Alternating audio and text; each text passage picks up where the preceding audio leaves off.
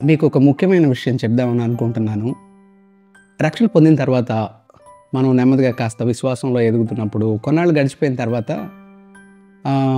చిన్న చిన్న బలహీనతలను జయించలేక, లేదంటే ఇది వాక్య విరుద్ధమైంది, మనం ఇలా ప్రవర్తించకూడదు, మనం ఇలా చేయకూడదు అని తెలిసిన తర్వాత కూడా కొన్ని విషయాలు ఇది పాపం అని తెలిసినప్పటికీ కూడా మనం జయించలేక ఒకలాంటి నిరాశకరమైన పరిస్థితుల్లోకి వెళ్ళిపోతాం జనరల్గా. ఇలాంటి పరిస్థితుల్లో ఏం చేయాలో అర్థం కాని ఆ స్థితిలో చాలామంది ఇబ్బంది పడుతూ ఉంటారు. చాలామంది నన్ను అడగడం కూడా నేను చూస్తూ ఉన్నాను. ఒక విషయాన్ని నేను మీకు చెప్పాలని అనుకుంటున్నాను. సువార్త స్థాపనకు కేంద్రమైనటువంటి ఒక బైబిల్ వచనమే ఆ సువార్త యొక్క నెరవేర్పు కూడా కేంద్రంగా ఉండడాన్ని మనం గమనించగలుగుతాం. అపోస్తలుడైన పౌలు కొరింథీ సంఘానికి రాసిన 2వ పత్రిక 5వ అధ్యాయం 21వ వచనాన్ని కానీ ఒక్కసారి మనం జాగ్రత్తగా పరిశీలిస్తే there are so many theological insights. ఆ వచనం నుండి చాలా దైవశాస్త్రపరమైనటువంటి విషయాల్ని మనం అర్థం చేసుకోవచ్చు. అయితే ఒక ప్రాముఖ్యమైన విషయాన్ని నేను మీ ముందుకు తీసుకురావాలని అనుకుంటున్నాను. అదేంటంటే అక్కడేమనుందంటే, ఎందుకనగా మనం ఆయన యందు దేవుని నీతి అగునట్లు పాపమెరుగని ఆయనను మన కోసము పాపముగా చేసెను. ఈ వచనాన్ని గురించి జనరల్గా మీకు తెలుసు ఒక విషయం, డబుల్ ఇంప్యూటేషన్ అని అంటాం. ఇంప్యూటెడ్ సిన్ గురించి మనం మాట్లాడుకున్నప్పుడు 2 రకాలైనటువంటి ఆపాదించబడ్డాన్ని గురించి మనం మాట్లాడతాం. అంటే మనందరం మన పాపాన్ని బట్టి దేవునికి దూరస్తులంగా ఉన్నప్పుడు దేవుడు తన కుమారుడైన క్రీస్తు ద్వారా మనల్ని చూసి ప్రేమించి ఏర్పరచుకుని తన రక్షణ కార్యాన్ని క్రీస్తు ద్వారా ఆ సంకల్పాన్ని సంపూర్ణం చేసినటువంటి విషయాన్ని గుర్తు చేస్తూ మన పాపాన్ని మనకు బదులుగా క్రీస్తు పైన వేశాడు. క్రీస్తు పాపముగా చేయబడ్డాడు. మన పాపం ఆయనకు ఆపాదించబడింది. రెండవ విషయం, ఆయన నీతి మనకు ఆపాదించబడింది. మనకు ఆపాదించబడిన ఆ నీతి కేవలం చనిపోయిన తర్వాత నిత్యత్వంలో గడపడం మాత్రమే కాదు, నిత్యత్వానికి సంబంధించిన నీతి మాత్రమే కాదు, కానీ ఈ లోకంలో కూడా మనం పరిశుద్ధపరచబడిన తర్వాత నీతిమంతులంగా బ్రతకడానికి క్రీస్తు నీతి మనకు కారణమవుతుంది. ఎలా అంటే ఆయన నీతిమంతుడు అని చెప్పబడ్డానికి వన్ ఆఫ్ ద రీజన్స్, ఒక కారణం ఏంటంటే ఆయన నీతిమంతుడుగా చనిపోయాడు అనేది మాత్రమే కాదు, ఆయన నీతిమంతుడుగా జీవించాడు అనేది కూడా. ఆయన 33.5 సంవత్సరాలు భూమిపైన ఆయన జీవించినప్పుడు పాపరహితుడుగా ఆయన జన్మించడం మాత్రమే కాదు, కానీ పాపరహితుడుగా ఆయన జీవించాడు. 33.5 సంవత్సరాలు ధర్మశాస్త్రం ప్రకారంగా ఎవరు కూడా ఆయన్ని వేలెత్తి చూపించలేకపోయారు. ఒక్క సందర్భంలో కూడా దేవుని ప్రామాణికతకు ఏ మాత్రం తగ్గకుండా ఆయన నీతిమంతునిగా జీవించాడు. ఆయన శిలువ మరణం ద్వారా మనం నీతిమంతులంగా మార్చబడ్డాం. ఆయన నీతిని మనకు ఆపాదించాడు. కాబట్టి ఒక్కసారి మనం యేసుక్రీస్తు శిలువ మరణం నందు విశ్వాసం ఉంచి మారు మనసు పొంది రక్షింపబడిన తర్వాత ఇక పాపానికి మన పైన అధికారం లేదు. పాపం ఓడించబడింది. పాపానికి జీతమైన మరణం ఓడించబడింది. క్రీస్తు పునరుద్ధానుడై తిరిగి లేచాడు. దాని ద్వారా పాపానికి మన పైన అధికారం లేదు. పాపంతో పోరాటం ఉంటుంది, కానీ పాపం మనల్ని జయించలేదు. We will conquer the sin. క్రీస్తు మరణాన్ని, పాపాన్ని జయించినట్లుగా క్రీస్తు ద్వారా మనం కూడా పాపాన్ని, మరణాన్ని జయించగలం. చాలా చిన్న చిన్న విషయాలు మనం స్ట్రగుల్ అవుతూ ఉంటాం. జస్ట్ ఎగ్జాంపుల్, కోపాలు, కక్షలు, పగలు, బూతులు తిట్టడం, చిన్న చిన్న అలవాట్లు, వ్యసనాలు. లైక్ గ్రామాల్లో కానీ విలేజ్ పరిచర్యలో నేను పర్టిక్యులర్గా ఎదుర్కొనేది ఏంటంటే, ప్రభు సువార్త నమ్ముతారు, యేసుక్రీస్తు రక్షకుడని నమ్ముతారు, మారుమనసు పొందుతారు, బాప్తిస్మం తీసుకుంటారు, సంఘంలో చేర్చబడతారు, కానీ ఈ సిగరెట్లు మానడం, గుట్కాలు మానడం, త్రాగుడు మానడం అనేవి అంత ఈజీగా ఇమీడియట్గా జరగకపోవచ్చు. వాళ్ళు స్ట్రగుల్ అవుతూ ఉంటారు. అసలు నేను రక్షణ పొందానా లేదా నిరాశలోకి వెళ్ళిపోతూ ఉంటారు. నేను ఎందుకు జయించలేకపోతున్నానని బాధపడుతూ ఉంటారు. ఇలాంటి విషయాల్ని అక్కడక్కడ చూస్తూనే ఉంటాం.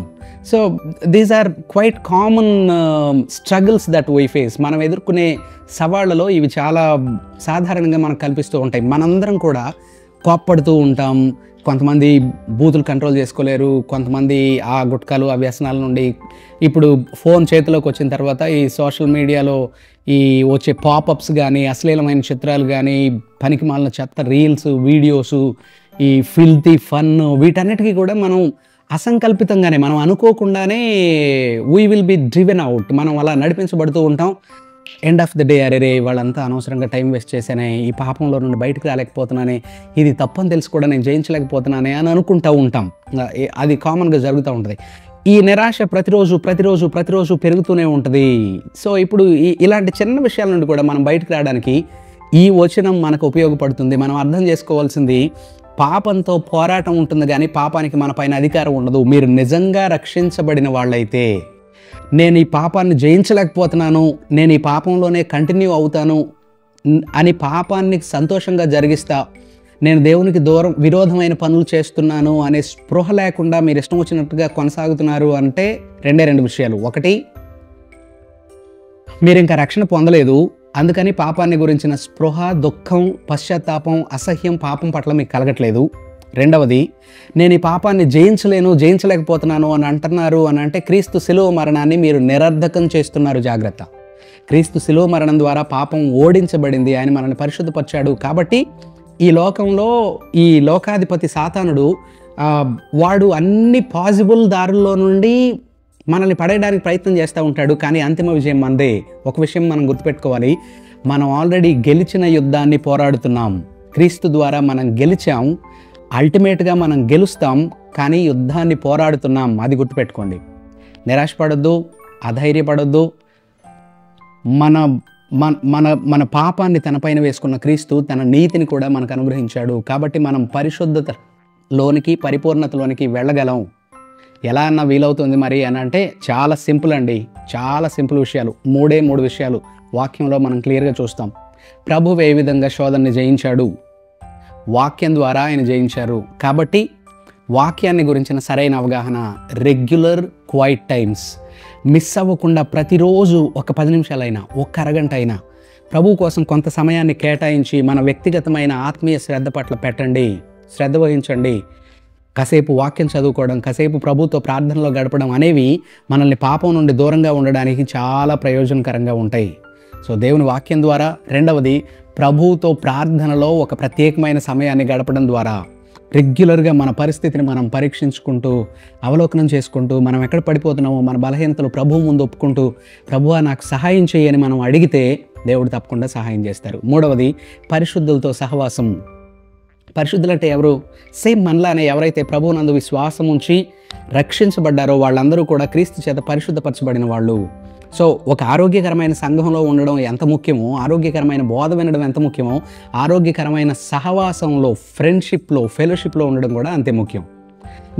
నీ ఫ్రెండ్స్, నీతో ఉండే సహోదరులు అందరూ కూడా సంఘానికి చెందిన వాళ్ళు, క్రీస్తు చేత పరిశుద్ధపరచబడిన వాళ్ళు, పాపంతో పోరాడి జయించడానికి ప్రయత్నం చేస్తున్న వాళ్ళతో కానీ స్నేహం చేయగలిగితే it would be easy for you to overcome. దాని నుండి బయటకు రావడానికి వీలుగా ఉంటుంది. కాబట్టి 3 విషయాలు గుర్తుపెట్టుకోండి. వాక్యం నేర్చుకోండి, ప్రార్థనలో గడపండి, పరిశుద్ధుల సహవాసంలో గడపండి. ఈ 3 చాలా సింపుల్ ట్రిక్స్. ఈ 3 విషయాల ద్వారా మనం బయటికి రాగలం. ఇంకొక విషయం చెప్తా. అక్కడక్కడ కొంతమందిని చూస్తూ ఉంటాం మనం. వాళ్ళు పాపంలో కంటిన్యూ అవుతూనే ఉంటారు, కొనసాగుతూనే ఉంటారు. వాళ్ళకి ఏ పాప భీతి ఉండదు, ఎంజాయ్ చేస్తారు, సంతోషంగా ఉంటారు. కానీ వాళ్ళు బాప్తిస్మం పొంది మన ముందు మాత్రం అద్భుతంగా ఒక మంచి విశ్వాసుల్లాగా బిహేవ్ చేస్తారు. కానీ వాళ్ళ బలహీనతల్లోనూ, వాళ్ళ పాపంలోనూ వాళ్ళు పట్టుబడిపోయిన తర్వాత సిగ్గుపడిపోయి, అన్నా చాలా ట్రై చేస్తున్నానన్నా కానీ బలహీనత నుండి రాలేకపోతున్నానన్నా అని అంటూ ఉంటారు. అది జస్ట్ నటన మాత్రమే. ఇలాంటి నటనలు మనం ఏం చేయలేం. తప్పు చేసే వాళ్ళని పరివర్తనలోకి నడిపించవచ్చు. బలహీనతలతో పోరాడుతున్న వాళ్ళని పరిపక్వతలోనికి నడిపించవచ్చు. నటించే వాళ్ళని మాత్రం ఎప్పటికీ మనం ఎక్కడికి తీసుకురాలేము. వాళ్ళు మన ముందు మాత్రమే నటిస్తారు, వాళ్ళు నిజంగా రక్షణ పొందలేదు. అలాంటి నటుల గురించి నేను మాట్లాడట్లేదు. జెన్యూన్గా మీరు నిజంగా ప్రభువుని ప్రేమించేవారైతే, పాపాన్ని ద్వేషించేవారైతే, పాపం పట్ల ఆ తీవ్రమైన పోరాటాన్ని అనుభవిస్తూ నేను పడిపోతున్నాననే నిరాశలో ఉన్నవారైతే మీకు ఈ మాట చెప్పాలని అనుకుంటున్నాను. ప్రభువు ద్వారా సమస్తం సాధ్యం. ఆయన శిలువ మరణం ద్వారా మన పాపం కొట్టివేయబడింది, తన నీతి మనకు ఇవ్వబడింది. పాపానికి మన పైన అధికారం లేదు, మనం జయించగలం. ఓన్లీ చేయాల్సింది ఏంటంటే హెబ్రీ పత్రిక 12వ అధ్యాయం 1వ వచనంలో చెప్పబడింది, మన విశ్వాసానికి కర్త దానిని కొనసాగించేవాడైన క్రీస్తు వైపు చూచుచు మన ముందు ఉంచబడిన పందెపు రంగంలో ఓపికతో పరిగెత్తుదాం అని పౌలు క్లియర్గా చెప్తున్నాడు. కాబట్టి మనం చేయాల్సింది ఏంటంటే ప్రభు వైపు చూస్తూ ముందుకెళ్ళడం.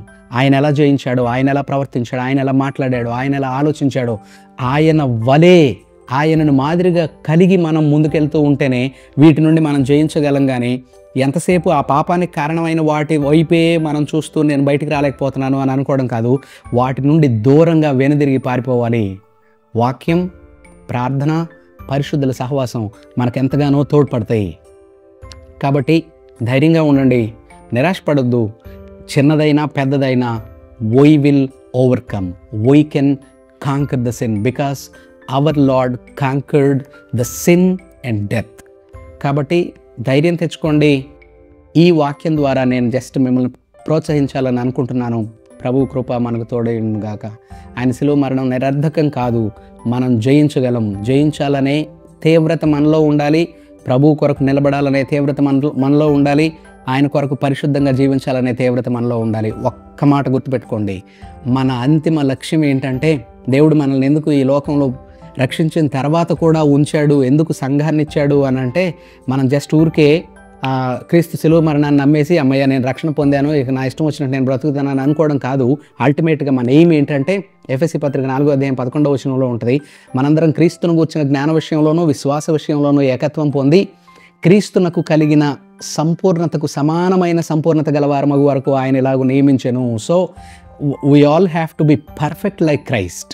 ఆయన వలే పర్ఫెక్ట్ అవ్వాలి అంటే ఆయన గురించి తెలుసుకోవాలి, ఆయనను వెంబడించాలి. అప్పుడు మాత్రమే ఇది సాధ్యమవుతుంది. Dear brother and sister, please understand this. Don't be discouraged. పాపంతో మనకు పోరాటం ఉంటుంది, కానీ మనం జయిస్తాం, మనం జయించాం. ఎందుకు అని అంటే జగత్పునాది వేయబడక మునుపు మనల్ని ఏర్పరచుకున్నవాడు ఆయనే. పరిశుద్ధాత్మ ద్వారా నూతన హృదయాన్ని ఇచ్చినవాడు, మారు మనస్సును తిరిగి జన్మింపజేసిన వాడు ఆయనే.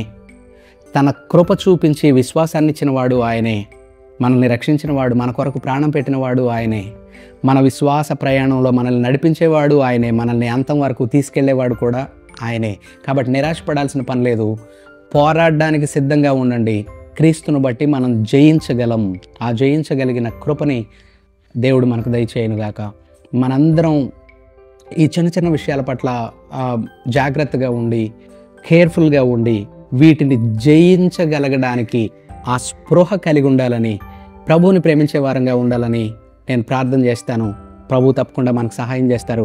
మనకున్న ఒకే ఒక ధైర్యం, మనకున్న ఒకే ఒక నిరీక్షణ మన ప్రభు అయిన క్రీస్తు. ఆయన ఎల్లప్పుడూ మీకు తోడుగా ఉండి విషయాలన్నింటిపైన జయం పొందడానికి సహాయం చేయనుగాక. Have a great day. God bless you.